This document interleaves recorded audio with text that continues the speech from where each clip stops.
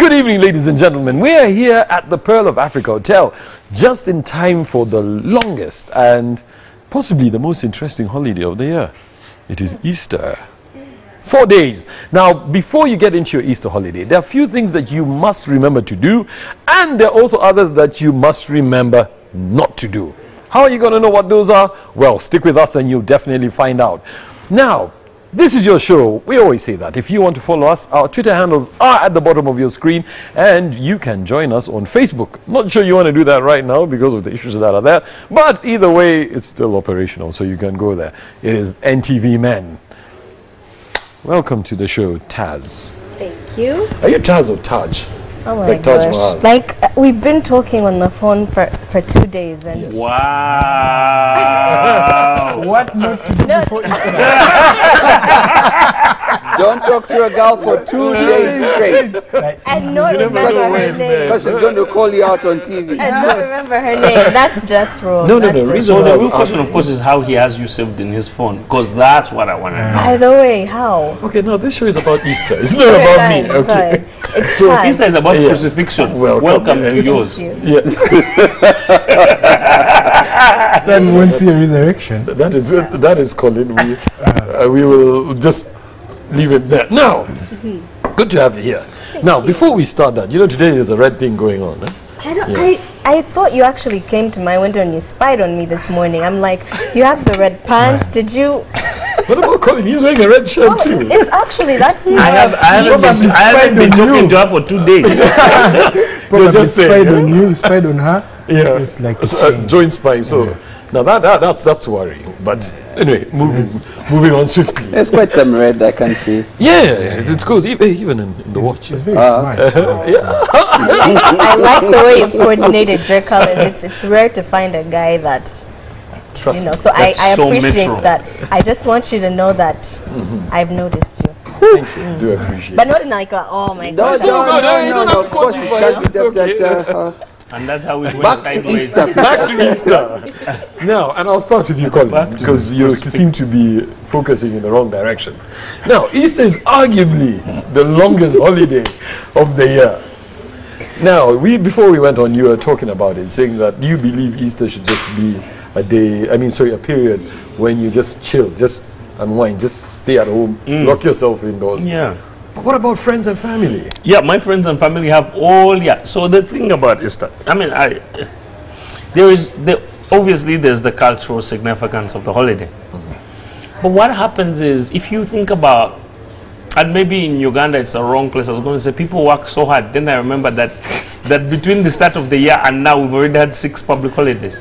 Because you had Jan 26th, you have, you've got February 16th, you've got, I think there's another one in there. Women's Day. There's Women's Day on the 8th, you know, and so it's... Which one is Janan Loom? That's 16th, 16th, Feb yeah. 16th. Yeah. And then you have, you know, January 1. So that's already 4 holidays, just, you know, in under 90 days. You know, it's just like, wow. You know, what a country. And sometimes, these holidays, like this year, all the big holidays are falling on a Thursday. So everyone takes the Friday off. So it's a, you know, it's a long weekend.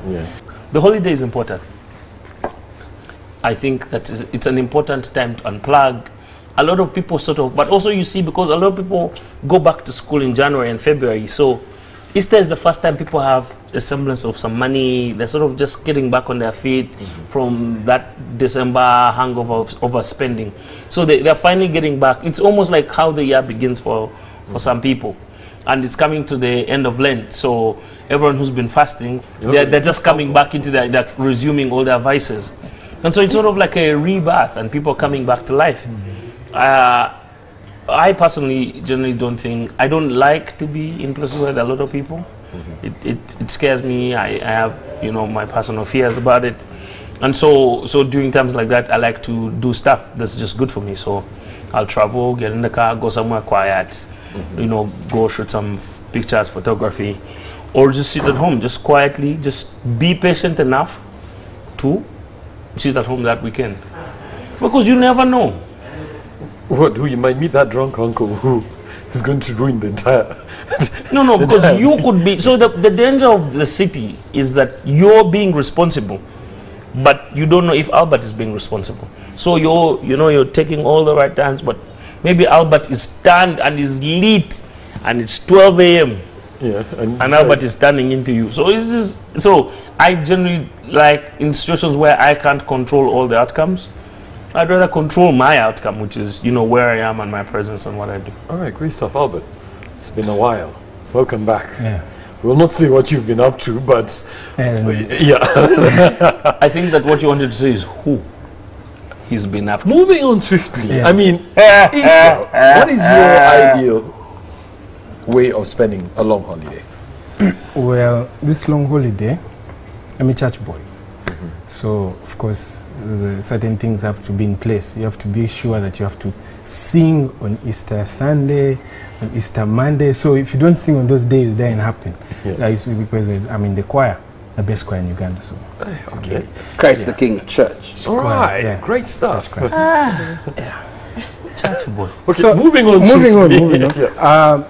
I believe, you see, as you said, not as you said, Christmas time is more of an extended family thing. Everyone is bombarded the other. This one is saying, yeah, I have a problem here. Everyone. It's more of extended, larger relatives, friends, especially when you go up country.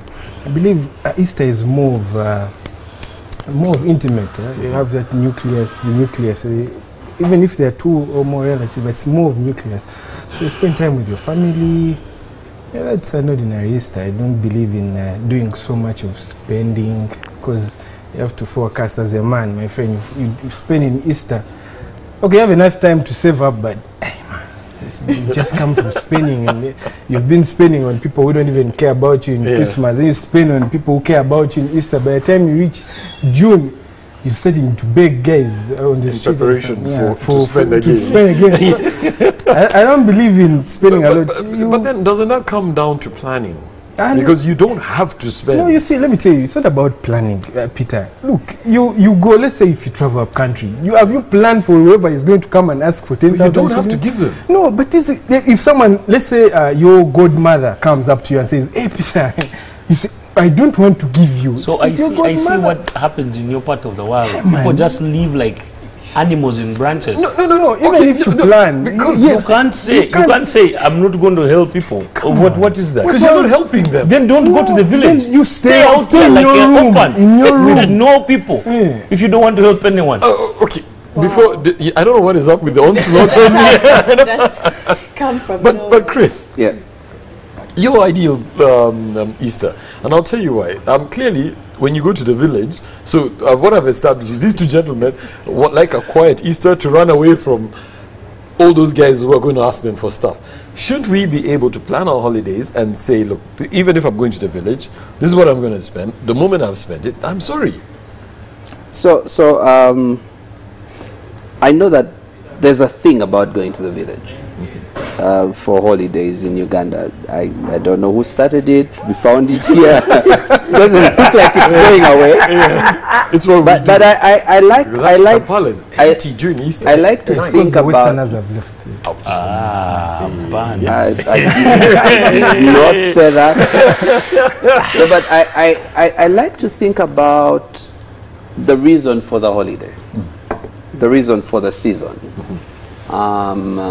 You know, Christmas is not about Santa Claus. Easter is not about that bunny rabbit and eggs. Yeah. Okay, Easter is about it's about Jesus dying. It's about the sacrifice of Christ on the cross. It's about So it's actually a somber holiday. no. Let me say my piece. It's about a love affair. It's about someone dying in your place to reconcile you back to God. And so I think that first of all, just taking a moment to think about it is really critical, because most of the time, for people who are not regulars at church, there's 2 days where they will go to church. One is Christmas, and another is Easter. So in most of these village churches and all that, that's when you maximize all the fundraising projects, all those windows and doors and roofing that's of the these church guys, huh? and all that stuff. That's where you go for that service that just never ends. And you know, at about 1:30 p.m. The guy is done preaching, but then they have to do a fundraiser before the final blessing. So because you would and you're hungry, and you're like, okay, here's your money, these are your iron sheets, can we now go? Right? You're just calling it out. No, This is like being outed by your own person. So I bet other pastors are out there just like that guy. He's such a traitor. But we've seen these things. But that's not the reason for the season. And I think that for me, one of the things that's important to do, whether you're in town or in the village or anywhere in between, is to think about the reason why we have Easter. Because you see, in many cases, people like to deal with Jesus, but sometimes don't want to deal with the thing called church. Because of all the connotations, sometimes that's where you get condemned, sometimes. So you find that sometimes people don't want to deal with that, and yet they want to deal with the sacrifice on the cross. And I think that if there is one thing that I would encourage, not five, just for me, just that one thing that I would encourage people to do is just to think about the sacrifice of Christ and the fact that because of his death on the cross, our sins are forgiven, and past, present, and future sins according to my understanding of the Bible. And I think for me that's very liberating, that God is no longer angry with us. There is grace toward humankind, and for me I think that that's a big deal. So you could drink to it, eat to it, sleep on it, rest on it, whatever. I don't care what the drama is. The cake is that sins are forgiven here. And I think that's a big deal. Great stuff. There's some statistics that I read that actually, after Christmas, the Easter holiday is records the second largest consumption of alcohol. What is your ideal? I'm actually someone who doesn't really know so much about Easter.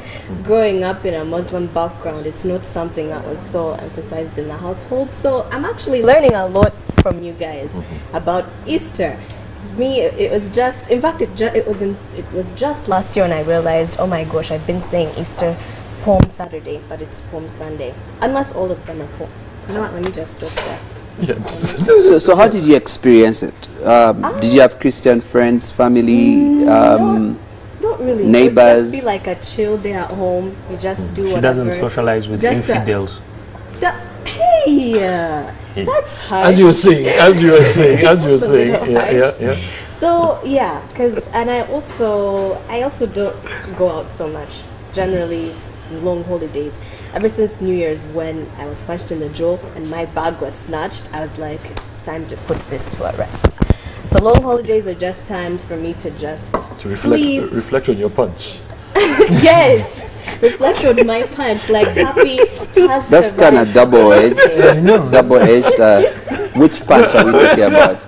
Moving on swiftly. Yeah. So yeah, that's pretty much. So what is your ideal long holiday? I mean, like in this case, regardless of whether you're Muslim or not, there are four days technically, because some people do work on Saturday. Yeah. So you've got 4 days which you're there. I mean, how do you spend that time? I spend it with myself. I'm that weird person who's gonna, on Christmas, I'm gonna be at home with my dogs and my cat, and I'm just gonna be chilling. And I know it's weird. People are like, "What? It's Christmas. You can't be by yourself." But who made the rules? Who died and made them king? I want to be with myself. Christ, you heathen. So. Yes, I like being by myself. I enjoy my company. Because sometimes you're around people and I feel you have to put up a facade of sorts. And I think that's what we do always. Yeah, so I like being by myself. Even when it's not Easter, you're still putting up facade. Yeah, so at least I get a break from facades on Easter. Now, just before we... So wait. No! Yes. What is this? And we'll start with you as soon as we get back. No. Now, we're here at the Pearl of Africa Hotel talking about the upcoming long holiday of Easter. Don't go anywhere. We'll be right back after the break.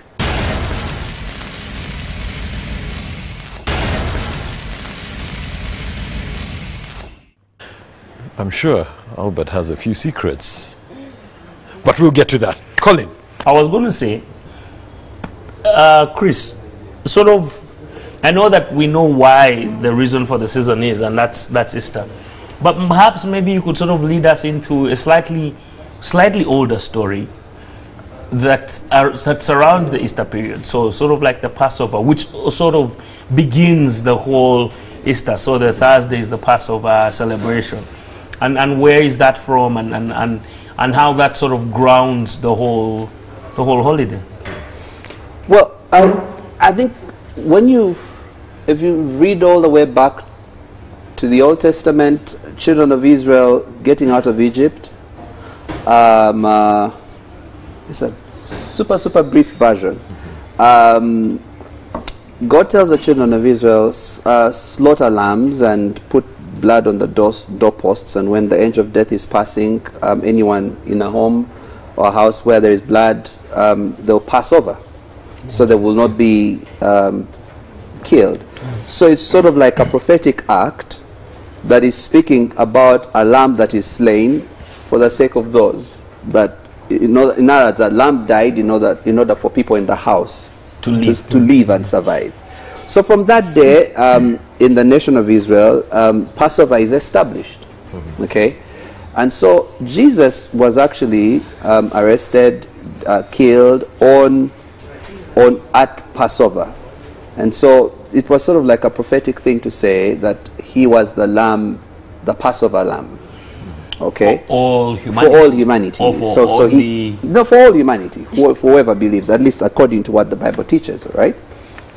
So he dies in the place of sinners. One who's righteous dies in the place of sinners, and I think it's in 2 Corinthians 5:21 where the writer Paul says, and he, God the Father, made him, Christ, who knew no sin, was righteous, to become sin for us. Have you found that with millennials like Albert and Taz, the holiday then has become secularized because it just becomes 4 days of chill. 4 days to last away. No, without passing judgment, but just so knowing. And I want to be honest. I don't think that I mind 4 days of chill myself. Okay. No, we've got to be honest, right? I also would love to have 4 days of chill, right? And let's also remember that no one knows the date on which Jesus was born, neither does anyone really know the date on which he was crucified. But it's a historical fact, even from other writers who are not biblical writers, that he was born and that he died. Okay? Otherwise he would have still been around. Yeah. So or something. The point is that these days were just set aside to remember and to celebrate what happened. Just like we would remember Janan Luum because of what he stood for. We'll remember Uganda Matters because of what they stood for, etc. So there isn't anything like necessarily set apart about those days and when they are marked. But the reason why we set apart the days is what matters the most. So, for example, why your wedding anniversary, why a person's wedding anniversary is important is not because every year you get married, but it's that date reminds you of the commitment you made. All right? Because you can't relive that exact day, but you just remember the importance and the purpose of it. That's, I think, how I would look at it. Yeah, but then generally, don't you see, in line with what Colin is saying, that there's no, you talked about celebrating the reason for the season, but there's been a shift from that. I mean, she wants to lock herself with her dogs and cats. He wants, okay. It's one cat. I think I get where you're coming from, Peter. But if you look, let's look at the biblical facts. When everyone went, when the Israelites were in the desert, and God had just poured quails and God manna. never poured anything. On earth, when they fell from heaven. In the desert. Yeah, they fell. Okay. He fed them manna. No, they fell. But the birds delivered the manna. Okay. Boss. So if you look at this, like after that, they forgot and started worshipping idols. After he had done all that, so if we forget why Easter is there, and we just party. No, we forget. The guy we are human. made a 3 weeks journey, 40 years. Like, yes. Who would not stray? Hey man, yeah. Who would not stray? No, but Peter, you asked a pertinent question, which is, do millennials forgetting or not celebrating and, you know, deciding to take a chill and that kind of thing? First of all, I think, like I always say, that I think we need to be careful not to generalize. I think millennials are a very real generation. So you're real. Yeah, they're very real. They want to deal with stuff that's real and tangible, no tricks, no gymnastics. So you find, I was having a chat with Colin earlier, you find that millennials would rather deal with Jesus and have a relationship with him, but not deal with the drama that comes from some churches. Yeah, because they don't want drama, they want the real thing. So you actually find that they're very spiritual. Yeah, but may not. No, not anymore. I'm saying. The ones he deals I'm with, saying. You may find that they're very spiritual, but not religious. Yeah. And I think there is a difference. In other words, having an awareness of God. How many people even pray before they eat? Peter, This is the religion. This is the So kind that's of No, that's being spiritual. evil. No, Peter. practices. So here's the thing.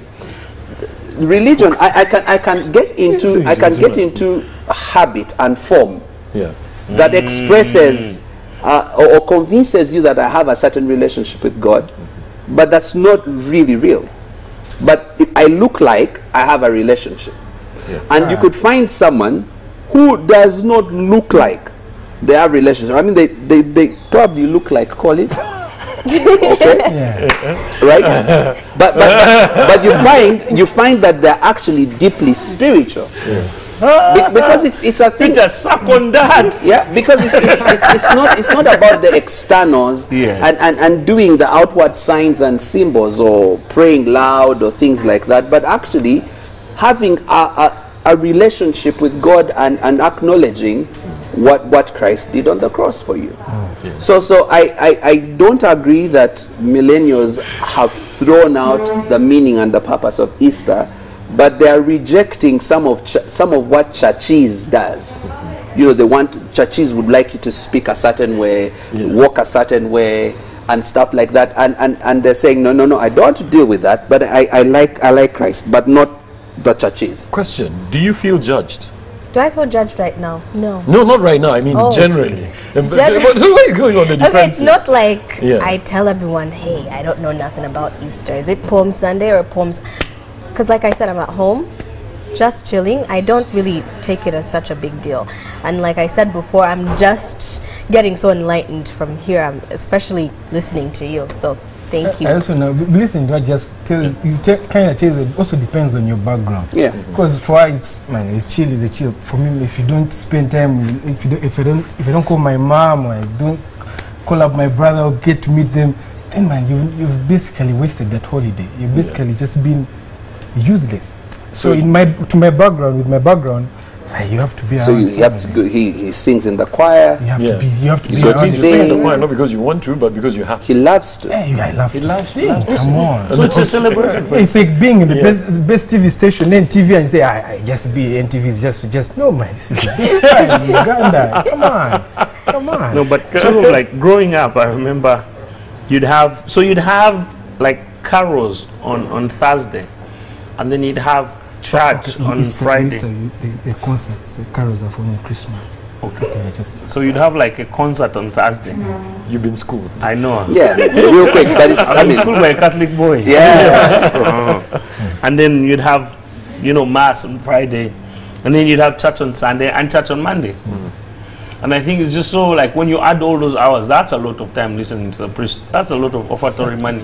And I think people just, as we grew up, we just said, you know what, we should just choose one service and go for that. So people attend Sunday, or they attend Monday, or they attend Good Friday, and then they use the chill days to actually chill.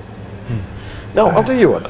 Now, when it comes to the issue of chilling, sometimes people say, you know what, it's good to chill with the family and all that. Fair enough. But what if I'm the kind of person who, when I'm at home, nobody's comfortable?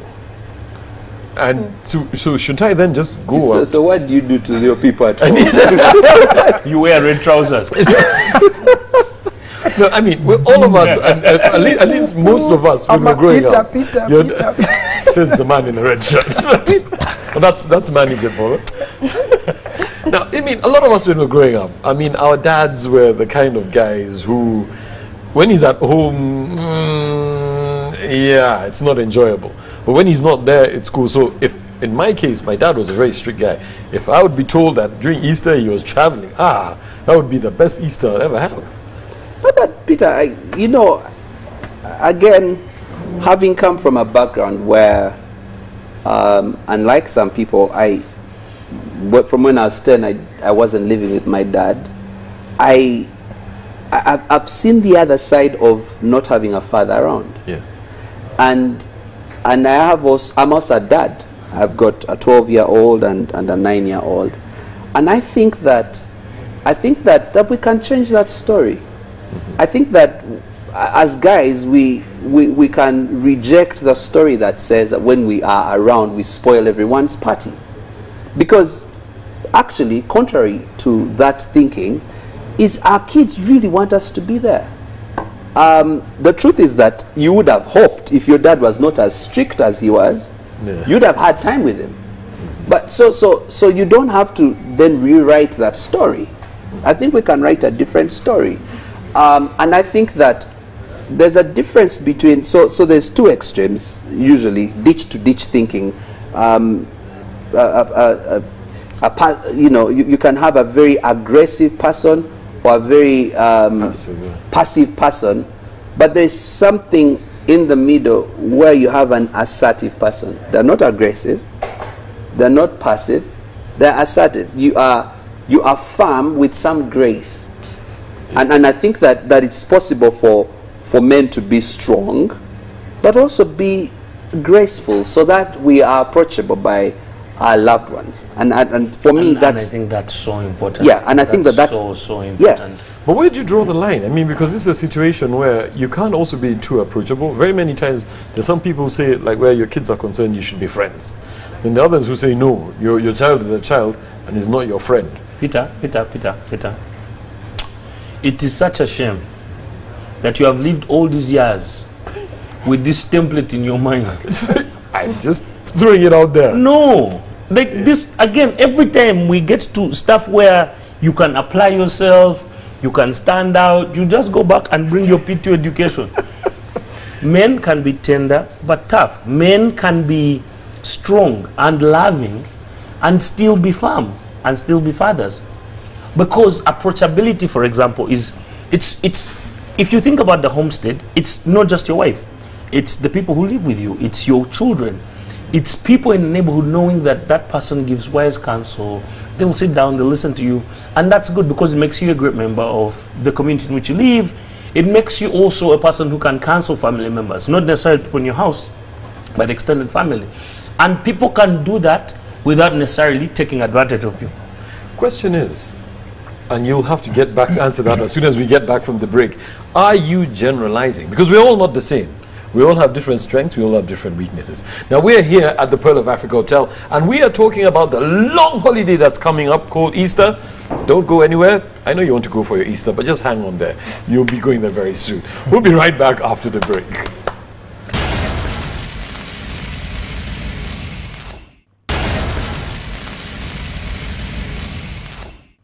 Welcome back from the break. And we're here on your favorite show, Men. We're here at the Pearl of Africa Hotel, having a wonderful evening and preparing to send you off for your Easter holidays.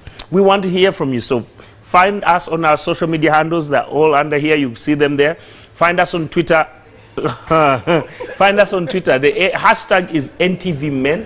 And find us on Facebook. Engage with us on our Facebook page, which is also NTV MEN. Now, before we went into the break, Peter, of course, was being himself, you know, talking about certain things. But Peter, please, enlighten us. Sure. Actually, I'd asked you a question, but which is fair enough. My question was, don't you think you're generalizing, telling all men to do things in a certain way?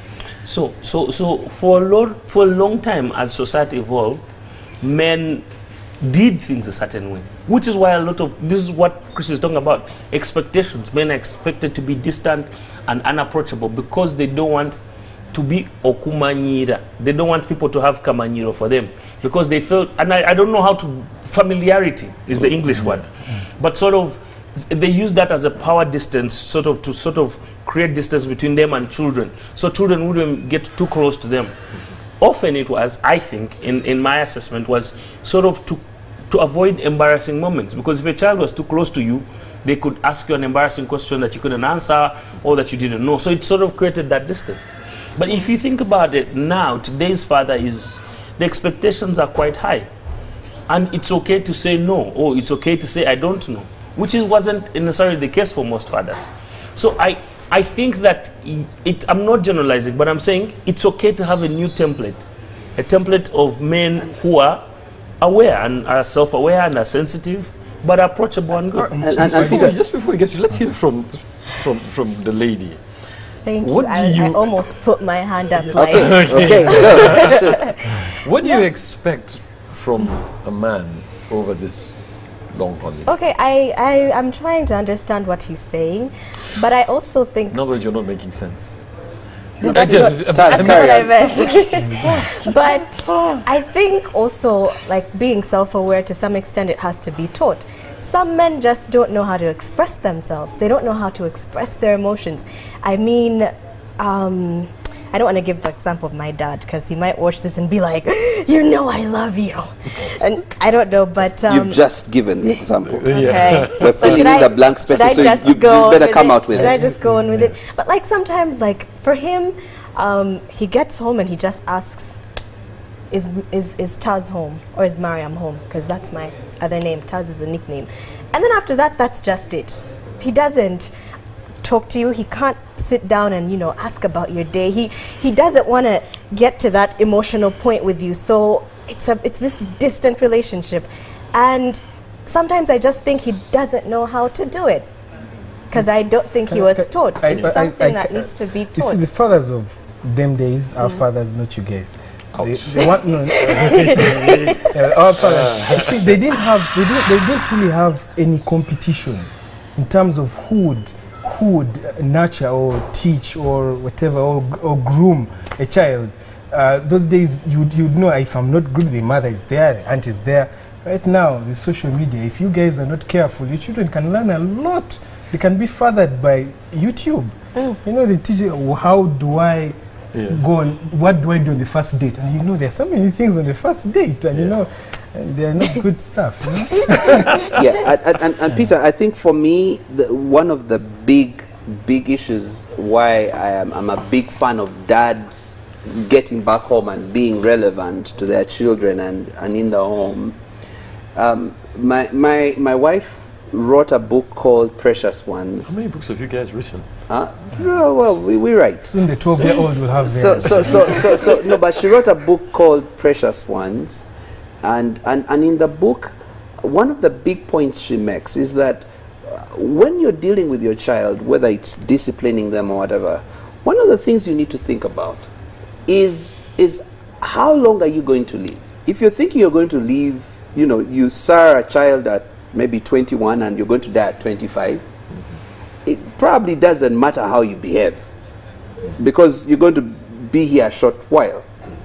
But if you're going to live till 80, because these days there's better health and all that stuff, and people live long, right? We're living longer and longer.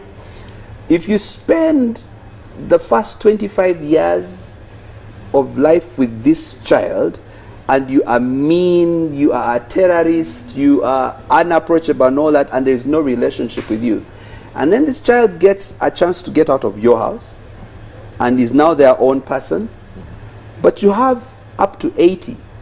80 minus 25 is 55 years of loneliness, because they don't want to deal with you, they don't want to have anything to do with you, so you are out there in some village, no visits, no calls, and all that. So the question is that the kind of life you want to live because you wanted to prove that you're macho?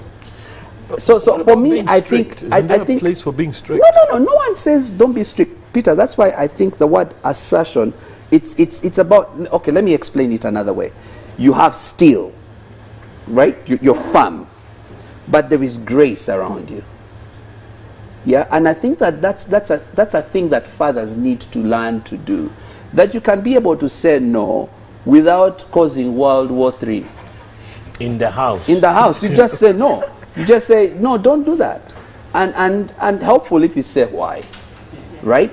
And usually when you say why, it gets less and less done as compared to, I said don't do it. Why? I just said. I mean, like, so when you're not around, since you've just said, then they will do it. So I think there's a better way in which we can express ourselves, especially in these long holidays. Because, think about it this way. When you think back and you're remembering your dad, your mom, or good times, it's times like this. Like I remember in our family, my dad's side, they're just happy people, love fun and all that. So one of the things I remember is we'd gather around an uncle's place or an aunt's place, and they'll play music, and we'll all get dancing. Right, so some, a big crowd, all ages, and then you get in the middle, even as a kid, 6-year-old or 5-year-old, so you show them a move, then an uncle comes, he shows you a funny move, and you all imitate that. It was so much fun, and that's what we remember, but when you kill a party, kill the mood, because you want to be tough, what's that, man? It doesn't work. But what I'm asking is, how do you create a hybrid such that you are not in a situation where, because I think also as a father, there's a place of being firm. That's what I said. Yes, and not everything is a negotiation. There are times when you just say no because you say no, and you don't owe somebody an explanation. Peter, do you kind of miss the tough days your dad had? No, I learned a lot, because now I understand. As a father now, I understand where he was coming from. It's easier to just put rules and not relate. Kids break rules. But I just sort of want to come back into what Chris was saying, and dealing with, the emotionally detached fathers. And you pointed at me. If you feel pointed at, don't blame me. But I wanted to sort of talk about the reality is, anyone who's at home trying to assert dominion, I mean, are you overcompensating for, your impotence at work? Is there a work situation that you feel powerless, and therefore you feel like this is the one place where you must feel like, because people spend the whole day telling you, where's that report? This, now you come back home, where's the homework? Change the channel. Because you want to treat them like how they treat you at work. Yeah. And I think you have to be careful, because it's very easy. It's very easy to fall into the pattern of transference, where you're taking anger from another place, or feelings, unresolved feelings from another place, and just sort of bring them to the household, because people are powerless against you. And I think that's important. It's important for us to address that. So no, it's not good. It's not healthy. Yeah. Because again, families aren't what they used to be. Back then, families sort of depended on the father to provide and defend and protect the household. Nowadays, people just have the ability to live without you. And so the model must change. The approach to fathering and sort of spending quality family time must change. We can't be in the old ways. Right. Now, we're just, Easter is literally just around the corner, so we need to wrap up and start getting ready to go for it. So I'm going to start with you as your parting shot. Yes. I just quickly need 5 things. What 5 things? What's wrong with 2? No, okay. All right, anything between 1 and 5 that you believe any guy out there, because we're talking to the guys, needs to do over this long holiday.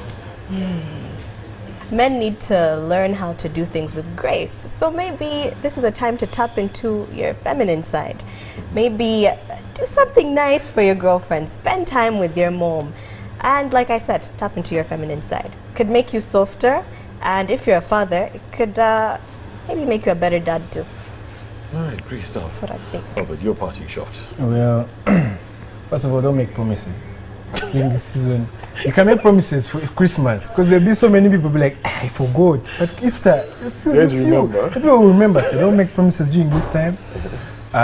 Don't call up your side dish as you did like this recent time. Don't call up your side dish or your exes or those ladies, because during that time they're doing the 3 B's.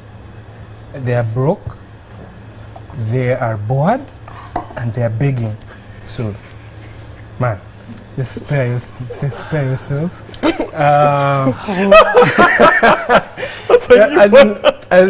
And then make sure You make sure you do two things, two very important things. Make sure there's ladies would love to cook during that time, the ladies. So make sure the food is, that time the markets are flooded, so things are actually get out of stock. So make sure you've planned ahead, and make sure you take something to the in-laws, because you don't want the in-laws to say, hey, the other woman is looking at you like, then you're looking at the bank account like.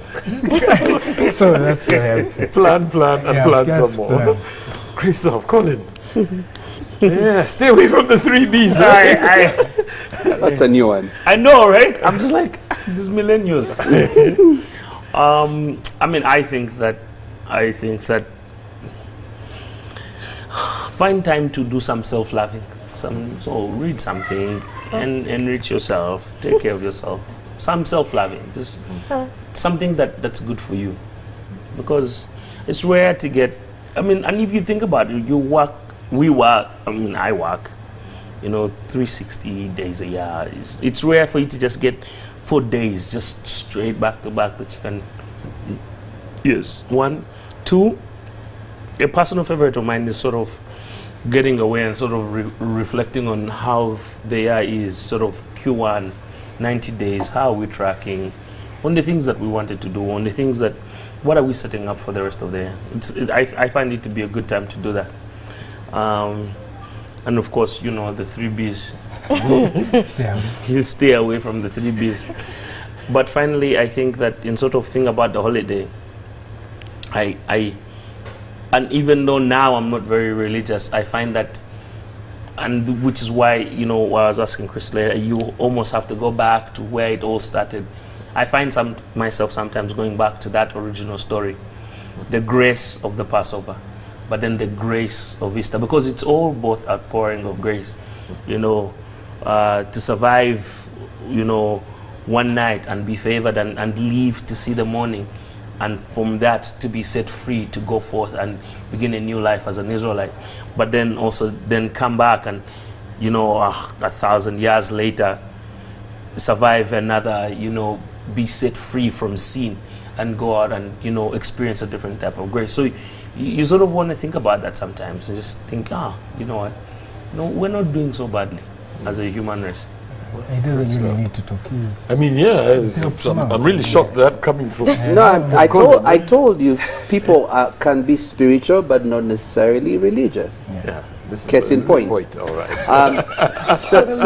No, seriously, and I think it's. Kudos to you. Look, I really would like to pick it up there, because for me, I think that it starts with the reason for the season. It starts with the fact that God in Christ had our sins forgiven. And I think for me, if Easter passes and no one has thought about that, about the grace of God, about the love of God, about the fact that God went the full distance to reunite us to himself, I think then you've missed a lot. Because, what's Easter without the cross, without what Jesus did for us? I think it starts there. But then also, really following on really quickly, is that there is a reason why, the reason why Christ died on the cross was not just for sins to be forgiven, it was to sort of also reconstruct the broken world, as it were, that there will be forgiveness between people, that there will be unity of families, that there will be society reconstructed as God intended it in the beginning. So I think things like actually spending time with family, forgiving people when you have, you have beef with each other, that stuff is important, because, if you've just celebrated being forgiven, what are you doing? You can do. Holding down beef with everybody. These are the guys who have never been kunyagan. No. but you see, that's the point, right? If you've been forgiven of much, how about if you forgive of little? Yeah. And I think these things really matter. And connecting with people, with friends and family and all that. And I think that since tradition in our nation has allowed for us to have a long holiday, for crying out loud, rest. Because I learned some years ago that you can work 2 ways. You can either rest from work, in other words, you work, but never, you just need to escape work, but then work rules over you. Or you can work from rest. you can work from a position of rest. And most productive people take their rest seriously, and when they come out to work, they are swinging and firing on all cylinders. So use this time to actually rest, so when you come back after the Easter break, you are firing on all cylinders. I think that would be a great Easter. Great stuff. So you've heard it from the team, especially the team in red. We're the red team. Mr. SpongeBob Red Pants. And Colin has just been Colin. Now we want to wish you a great Easter. Take care of yourselves. Make sure you stay safe. If you're on the road, you know what to do. Buckle up and make sure your tires are safe and sound. We look forward to seeing you when you get back. Have a great evening and God bless. Happy Easter, yeah.